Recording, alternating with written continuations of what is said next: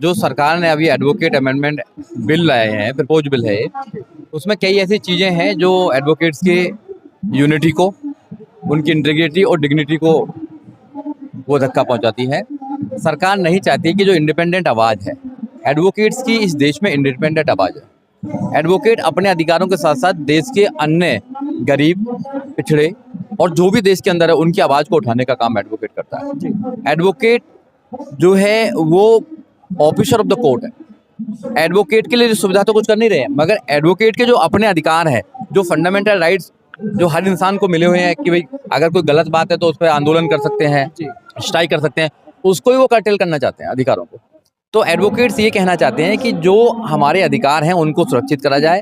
और हम बहुत लंबे समय से एक एडवोकेट प्रोटेक्शन एक्ट की बात कर रहे हैं कि भाई हमारे लिए प्रोटेक्शन होना चाहिए। हम पूरा जीवन देते हैं, हमारे लिए कोई प्रोटेक्शन ही नहीं है।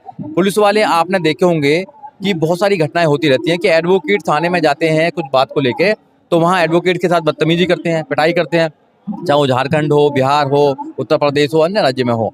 दिल्ली में तो एडवोकेट की यूनिटी है, सुप्रीम कोर्ट पास में है, हाई कोर्ट पास में है, सारी सरकारें यहाँ, प्रधानमंत्री, राष्ट्रपति यहाँ पे है और पूरा सोशल मीडिया है, सब कुछ है। तो यहाँ ऐसा नहीं हो पाता है। तो एडवोकेट अपने साथ साथ देश के अन्य लोगों की आवाज़ को उठाने का काम करते हैं। अगर एडवोकेट को आप पावरफुल नहीं बनाएंगे, एडवोकेट के राइटों को स्ट्रॉन्ग नहीं बनाएंगे, एडवोकेट को प्रोटेक्शन नहीं देंगे, तो फिर एडवोकेट कैसे लड़ाई लड़ पाएगा। अच्छा सम्राट जी, एक चीज इस पे जानना चाहूंगा। जो आपने कहा कि आप लोग अपने सेफ्टी के लिए और अपनी सिक्योरिटी के लिए आप लोगों ने कई बिंदु रखे हैं, मांग करी है, क्या है वो बिंदु?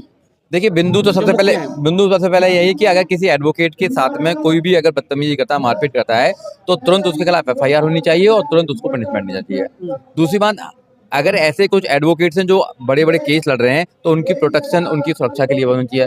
दूसरी बात है, उनकी फैमिली के लिए कुछ ऐसा इंश्योरेंस बड़े लेवल पर होना चाहिए कि वो अगर एक एडवोकेट, जवान एडवोकेट चला जाता है तो उसकी फैमिली को कोई दिल को आफ्टर करने वाला नहीं है। वो बस बार काउंसिल जो कुछ कर देता है तो कर देता है, ऐसा कुछ नहीं है। वैसे दिल्ली गवर्नमेंट ने यहाँ बनाया था, इंश्योरेंस देने का काम किया पहली बार, तो चलेगा नहीं चलेगा, अब नई गवर्नमेंट आई है पता नहीं। तो और बहुत सारे मुद्दे हैं, जैसे उनके लिए चैम्बर्स होने चाहिए, उनके लिए बड़ी लाइब्रेरी होनी चाहिए, उनके जीवन के लिए, उनके परिवार के जीवन के लिए कुछ ऐसा कुछ होना चाहिए कि अगर वो कुछ प्रॉब्लम हो जाए तो उस परिवार को लुक आफ्टर कर सके। तो ये बहुत सारी सुविधाएं हैं जो अभी जो आप तमाम लोग यहाँ पे इकट्ठे हुए हैं और स्ट्राइक कर रहे हैं, कि क्या प्लान है, कब तक स्ट्राइक आगे चलने वाली है? क्योंकि कई लोग कह रहे हैं ये हो सकता है महीना खिंच जाए या और लंबा खिंच जाए, क्योंकि आप लोग जो मुख्य यहाँ पे चीजें हैं वो क्या प्रभावित कर रही हैं आपको, जो मुख्य बिंदु हैं? देखो, अगर एडवोकेट स्ट्राइक पर जाते हैं तो लॉ एंड ऑर्डर तो प्रभावित होता ही होता है। दूसरी बात है कि जो 5 करोड़ पहले से ऑलरेडी केस पेंडिंग है, सरकार कहती है, सरकार का डाटा है कि बहुत सारे पेंडिंग केस हैं, तो उन पेंडिंग केसों को